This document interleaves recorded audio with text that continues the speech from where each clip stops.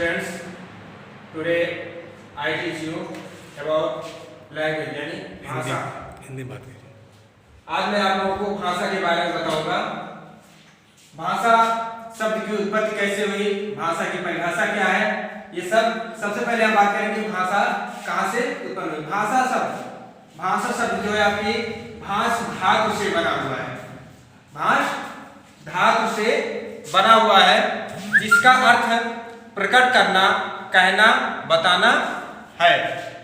तो भाषा शब्द की उत्पत्ति कैसे हुई, भाष धातु से हुई है। तो इसकी परिभाषा होगी कि जिस साधन द्वारा हम अपनी बात बोलकर या लिखकर दूसरों तक पहुंचाते हैं उसे भाषा कहते हैं।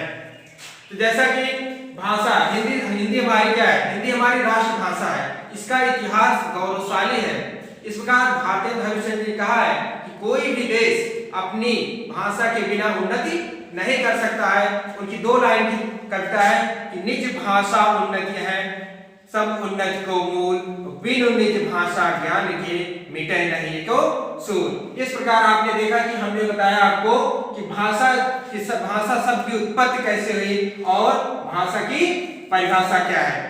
आगे हम देखेंगे कि भाषा को कितने रूपों में बांटा गया है। भाषा को 3 रूपों में बांटा गया है। जैसा कि आप देख रहे हैं, ये आपका बना हुआ है। भाषा 3 है, मौखिक, लिखित और सांकेतिक। अभी मैं आपको ये जो बोल रहा हूँ ये मौखिक भाषा में है और लिखित भाषा ये है आपको, जैसे मैं आपको लिख करके समझा रहा हूँ। और सांकेतिक भाषा जैसे कि आप आते हैं यहाँ, आपको लेफ्ट साइड, राइट साइड या रोड क्रॉस करते हैं, सड़क पार करते हैं, तो आप दोनों हाथ ऊपर करके या ऐसे करके आप बताते हैं कि हाँ मैं सड़क पार कर रहा हूँ। ये आपकी सांकेतिक भाषा होती है। तो मौखिक भाषा समझने के लिए ये आपका है मौखिक भाषा। तो मौखिक भाषा क्या है कि दूसरों की बात सुनकर समझना और बोलकर समझाना या कहना आपका मौखिक भाषा है। जैसे आप मेरी बात सुन रहे हैं, समझ रहे हैं, ये आपकी मौखिक भाषा है। उदाहरण के तौर पर देखेंगे, उदाहरण है नेताजी भाषण दे रहे हैं, ये आपका मौखिक भाषा का उदाहरण है।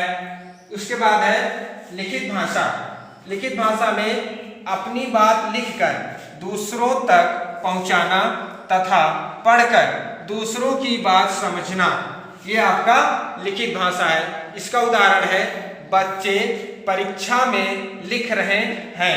जैसे आपको एग्जाम पेपर दिया जाता है, उसमें हम लोग प्रश्न पूछते हैं, तो आप लोग उसी प्रश्न का उत्तर आप लिखित भाषा में देते हैं, तो आपकी लिखित भाषा का उदाहरण हो जाता है। तीसरा है आपका सांकेतिक भाषा।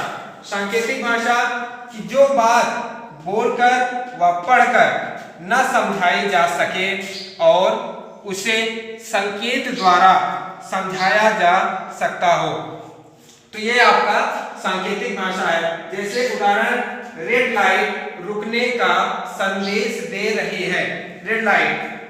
इसी प्रकार आपने देखा कि मैंने आपको भाषा की शब्द की उत्पत्ति कैसे हुई, भाषा की परिभाषा तथा भाषा के 3 रूप और उनकी परिभाषा उदाहरण सहित मैंने आपको बताया है। आप इसको पढ़ेंगे और प्रत्येक भाषा, मौखिक भाषा, लिखित भाषा तथा सांकेतिक भाषा से संबंधित 2 उदाहरण आप अलग से लिखेंगे। धन्यवाद।